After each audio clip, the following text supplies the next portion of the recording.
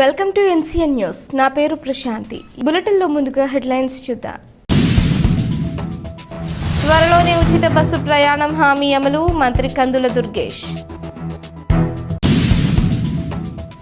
సంక్షోభంలోనూ సంక్షేమం కూటమి ప్రభుత్వానికే సాధ్యమంటూ రాష్ట్ర పర్యాటక, సాంస్కృతిక, సినిమాటోగ్రఫీ మంత్రి కందుల దుర్గేష్ వెల్లడించారు. కూటమి ప్రభుత్వ పాలన 100 రోజులు పూర్తయిన సందర్భంగా నిడదవోలు నియోజకవర్గం ఉండ్రాజవరం మండలం సత్యవాడ గ్రామంలో నిర్వహించిన ఇది మంచి ప్రభుత్వం కార్యక్రమంలో మంత్రి కందుల దుర్గేష్ పాల్గొన్నారు. ఈ సందర్భంగా ఇది మంచి ప్రభుత్వం పోస్టర్లను మంత్రి దుర్గేష్ ఆవిష్కరించారు. మహిళా శిశు సంక్షేమ శాఖ ఆధ్వర్యంలో ఏర్పాటు చేసిన సీమంతం కార్యక్రమంలో పాల్గొన్న గర్భిణీలను మంత్రి దుర్గేష్ ఆశీర్వదించారు. ఈ సందర్భంగా మంత్రి కందుల దుర్గేష్ మాట్లాడుతూ ఎన్నికలు పూర్తయి ప్రభుత్వం అధికారంలోకి వచ్చిన 100 రోజులు అయినప్పటికీ తాము ఇది మంచి ప్రభుత్వం అనే కార్యక్రమంలో భాగంగా ప్రజల మధ్యకు వెళ్లి ప్రభుత్వ పనితీరును తెలుసుకుంటున్నామన్నారు. ఈ క్రమంలో కూటమి ప్రభుత్వం 100 రోజుల్లో చేపట్టిన అభివృద్ధి సంక్షేమ పథకాలను వివరిస్తున్నామన్నారు. రాబోయే రోజుల్లో ప్రభుత్వం చేపట్టబోయే కార్యక్రమాలను సైతం వివరిస్తున్నామన్నారు. ప్రజల సంతృప్తి స్థాయిని తెలుసుకుని ప్రజామోదంతో గృహ యజమాని అనుమతితో స్వయంగా ఇంటి గోడకు స్టిక్కర్లు అతికిస్తున్నామన్నారు. కూటమి ప్రభుత్వం వల్ల తమకు మంచి జరుగుతుందని ప్రజలే స్వయంగా చెబుతూ ఉంటే ఆనందంగా ఉందన్నారు. గతంతో పోల్చితే కూటమి ప్రభుత్వం పనితీరు 1000 రెట్లు బాగుందని ప్రజలు చెబుతున్నారని మంత్రి వివరించారు.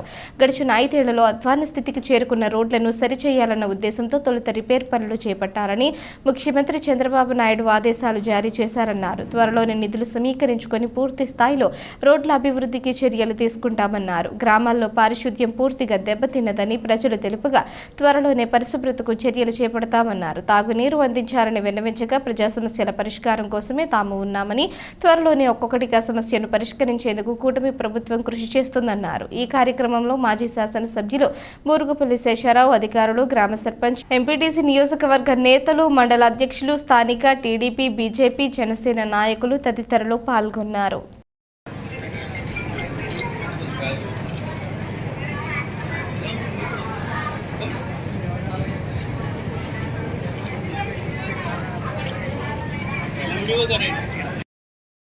సర్పంచ్ శ్రీ ప్రసాదరాజు గారు, ఎంపీటీసీ గారు, అదేవిధంగా సిడిపిఓ గారు, నియోజకవర్గ తెలుగుదేశం మహిళా అధ్యక్షురాలు శ్రీమతి పుష్పావతి గారు, అదేవిధంగా తెలుగుదేశం పార్టీ మండల అధ్యక్షులు, పాత్రికేయ మిత్రులు కూడా ప్రత్యేకమైనటువంటి ధన్యవాదాలు తెలియజేస్తున్నాను.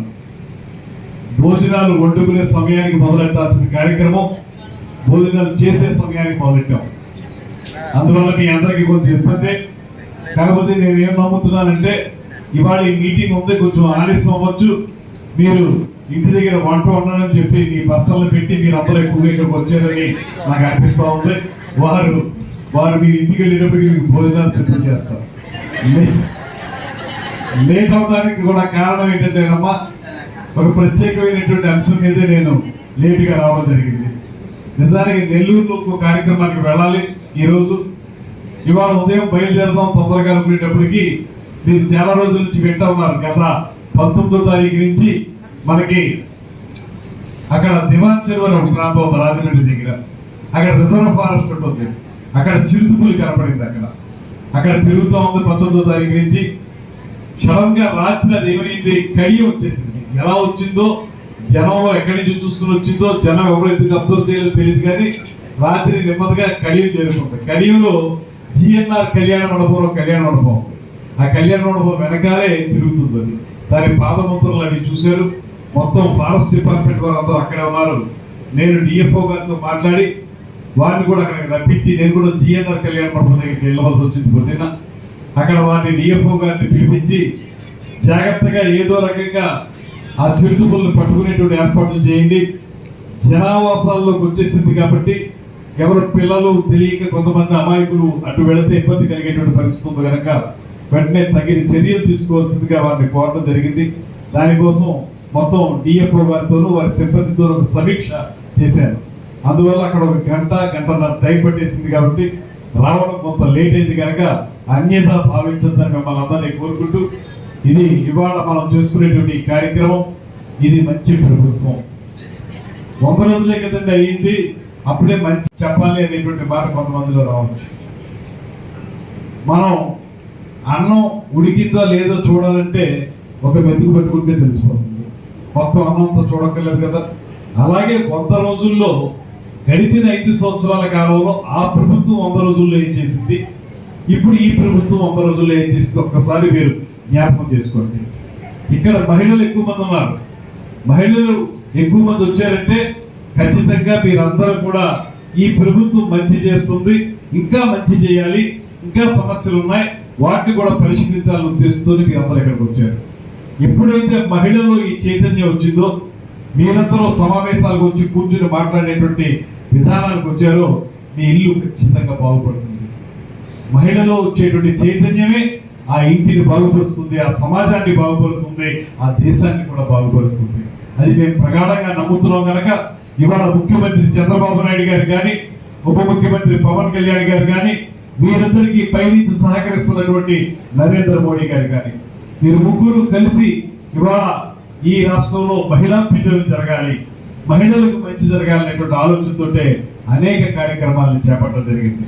మిమ్మల్ని అందరినీ ఉద్దేశంలో పెట్టుకుని ఆ రోజున ఆ ప్రభుత్వం అయితే 5 సంవత్సరాలకు కానీ పెన్షన్లు పెంచలేనటువంటి పరిస్థితి ఉన్నప్పటికీ ఇవాళ ఈ ప్రభుత్వం వచ్చిన వెంటనే 15 రోజుల్లోనే 4,000 రూపాయలకి పెన్షన్ పెంచడం మాత్రమే కాదు, ఎవరైతే మంచానికి అడ్డుపెట్టుకుపోయినటువంటి దివ్యాంగులు ఉన్నారో వాళ్ళకి 15,000 రూపాయలు చూపించేటువంటి కార్యక్రమాన్ని కూడా ఆ రోజున వాళ్ళు ఆ రకమైనటువంటి ఇబ్బందితో ఉంటే ఇంట్లో ఎంత సొంత తల్లిదండ్రులైనా లేదా తోడబుట్టిన వాళ్ళైనా ఇదేంటి వీళ్ళు మనకు భారంగా ఉన్నారనేటువంటి మాట వినపడింది మనకు కొన్ని చోట్ల. అయితే ఇవాళ 15,000 రూపాయల దాకా వాళ్ళకి పెన్షన్ ఇవ్వడం జరిగితే ఇంట్లో వాళ్ళు కూడా చాలా సంతోషిస్తున్నారు. ఒక పక్కన ఆ బిడ్డ తాలూకు ఆరోగ్యాన్ని కాపాడుకోగలుగుతున్నారు, మరో పక్కన అంతో ఇంతో ఇంటి అవసరాలకి ఆ డబ్బు ఉపయోగపడుతుంది. అలాంటి మంచి కార్యక్రమాన్ని వచ్చిన 15 రోజుల్లోనే ప్రారంభించినటువంటి ముఖ్యమంత్రి చంద్రబాబు నాయుడు గారిని, ఉప ముఖ్యమంత్రి పవన్ కళ్యాణ్ గారిని మనందరూ అభినందించాల్సినటువంటి అవసరం ఉందనేటువంటి మాట మీకు మనం చేస్తున్నాను.